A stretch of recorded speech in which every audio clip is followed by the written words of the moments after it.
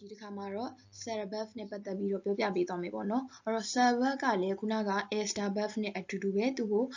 is a Buff to be လို့မျိုးပဲဘာသာပြန်တယ်အဲ့တော့သူမှလည်း first person ရှိမယ် second person ရှိမယ် third person ရှိမယ် first person အတွက်ဆိုရင် you အတွက်ဆိုရင် soy to အတွက်ဆိုရင် it is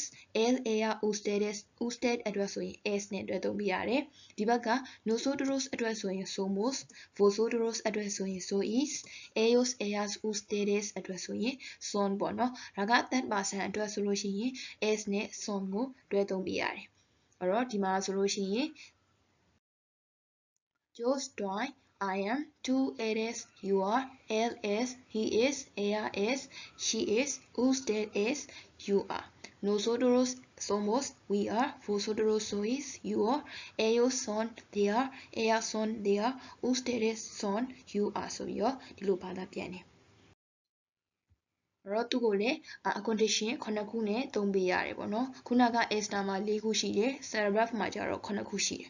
အဲ့ဒါဘာလဲဆိုတော့ description profession point of origin identification material possession or ownership ပြီးရင် where an event take place အဲ့ဒါတွေကဘာလဲဆိုတာကိုအနောက်ကဥပမာစာကြောင်းလေးနဲ့တွဲပြီးတော့ကြည့်မယ်ပေါ့နော်